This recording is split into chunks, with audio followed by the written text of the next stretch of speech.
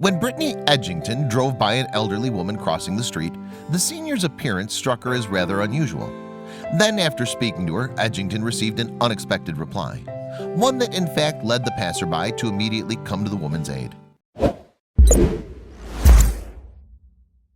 Edgington encountered the wanderer near Pocatello, Idaho, where she lives with her husband Timothy and 6 children. And when she's not with her family, Edgington works as a certified nursing assistant, performing in-home care in the local area. Now, on December 22, 2017, a series of events led to Edgington making an alarming discovery. At about 7:30 a.m. that day, she'd stopped at a convenience store to pick up a beverage. And after that, the medical professional had crossed the parking lot and headed home on a route that led her onto a street in the neighboring city of Chubbuck. It was on this street that Edgington spotted something odd. 99-year-old Elsa Baker out in the cold, dressed without any concession to the weather. The mom would later tell the Idaho State Journal, "I saw a little lady on the side of the street, not wearing a coat, gloves, hat, or any winter clothing."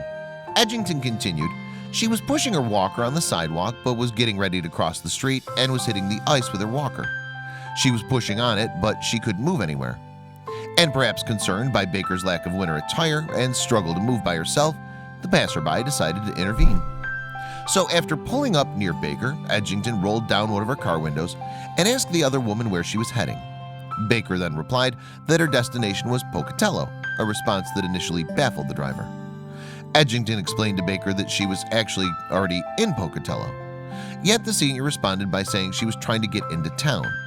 Adding further worry, though, Baker couldn't recall her ultimate destination.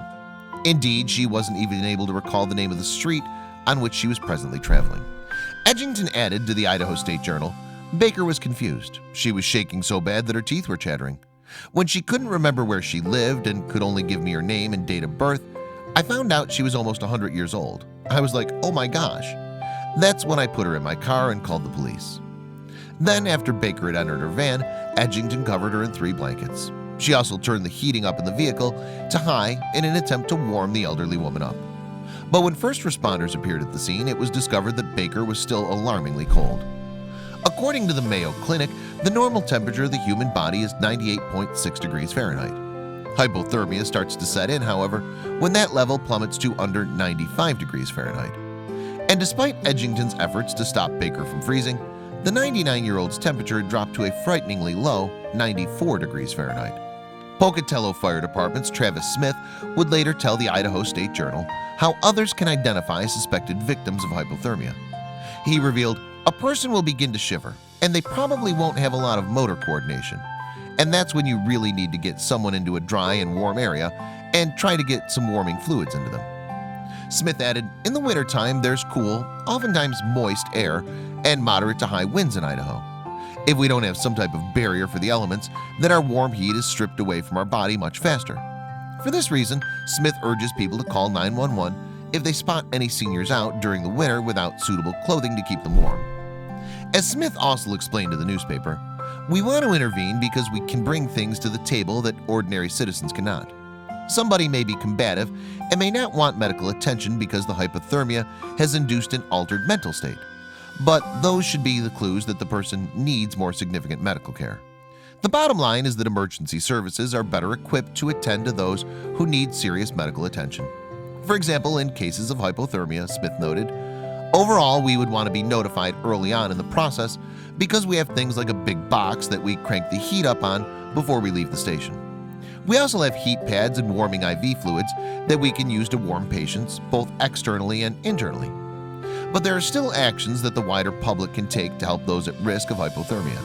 Indeed, Edgington's own quick thinking could just have saved a life. As the mom told the Idaho State Journal, "Baker's skin was bright red, and it looked like she'd been out there for a while. Emergency responders told me that if I wouldn't have stopped, she could have easily died."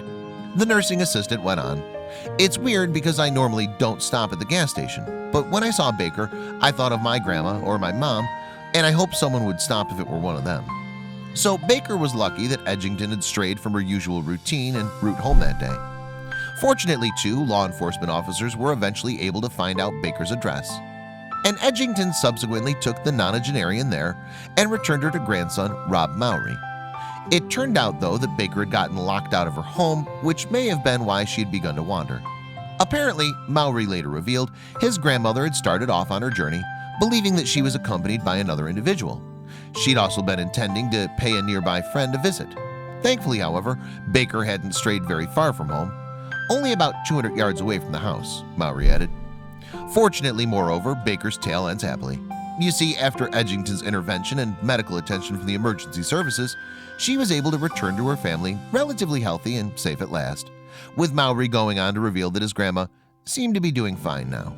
Sadly, though, this is not the case for every victim of hypothermia. So if you suspect that someone out in the cold weather needs help, act quickly and call 911. Then, as the Mayo Clinic suggests, while you wait for emergency help to arrive, gently move the person inside if possible and carefully remove his or her wet clothing. Replace it with warm, dry coats or blankets. As Edgington has demonstrated, those actions could very well spell the difference between life and death.